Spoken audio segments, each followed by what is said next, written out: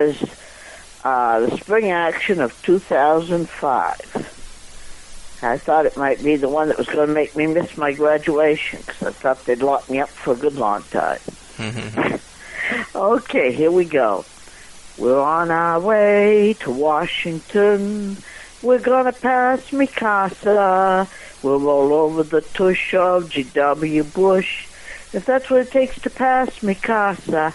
Personally, I wouldn't mind rolling over, but I digress. The weather was terrible. We spent the night in parking lots, sleeping and freezing. We were in D.C., and because we were early and old-timers in ADAPT, we were included in a scouting trip to get the lay of the land. We went to the Marriott Hotel and to the White House. We'd be going back with a bunch of friends.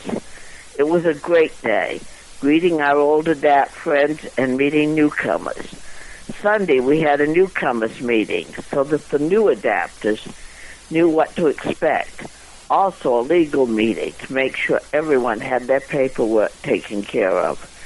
We went to the Marriott that evening and let the Governors Association know we were around and encouraged them to support Money Follows the Person and Mi Casa. Bob announced we'd be on our way at 7 a.m. the next morning. Unfortunately, this wasn't a mistake. Bob meant 7 a.m. I shared my willingness to get arrested at this action. Professors at New England College had promised extra credit for an arrest, and I fully intended to take them up on it. Bob said, "Think Monday." We were on our way to the Marriott at 7:15. We showed up before the 8 a.m. police shift. We blocked doors and streets, making it necessary for the governors to have to exit through the back and be hustled away to buses to get to the White House.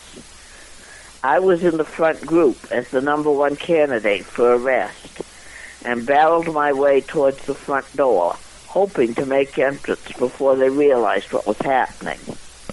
Unfortunately, the security folks at Marriott were on the job and managed to keep us out, just barely. One security officer grabbed my scooter, yelling, "You're not going any further."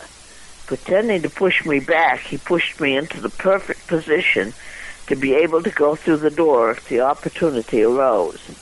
It was evident he knew exactly what he was doing. One governor managed to get out of the building to his car, but couldn't go anywhere. He was indignant. "Do you know who I am?" He ended up experiencing the indignity of having to rejoin his colleagues and take a bus to the meeting at the White House. We didn't want them feeling neglected, so we followed along. The snow gave rise to a new psalm. Pass the resolution, you know it's our solution. ADAPT ain't gonna go. Let it snow, let it snow, let it snow.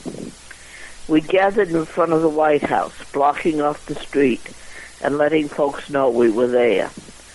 Bob and a couple color leaders asked if I was still willing to be arrested. I realized they had something big in mind, maybe a little more than I had counted on.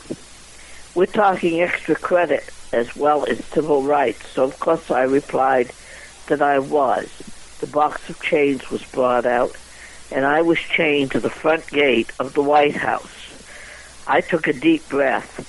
Was this going to be the time I would find myself dragged off my scooter and hauled off to jail, possibly being hurt in the process? One lady had been hurt earlier at the Marriott when an overzealous policeman had struck her, knocking her in her manual chair over. I waited. The officers stood watching but took no action. Pass the resolution, NGA. Finally, we marched back to the hotel in victory. The police watched as we left and were along our path as we returned to the Holiday Inn. I am shocked to be told that I am now a part of history as the first person ever to be chained to the front gate of the White House and allowed to stay there till I chose to leave, not being arrested or asked to detach myself. The next day, we visited our Senate and Congress critters. We went to each office so that no one would be overlooked and possibly feel hurt or neglected. I was surprised at the number of health and human services people who were out sick. Must be something going around. Could that something have been a DAP?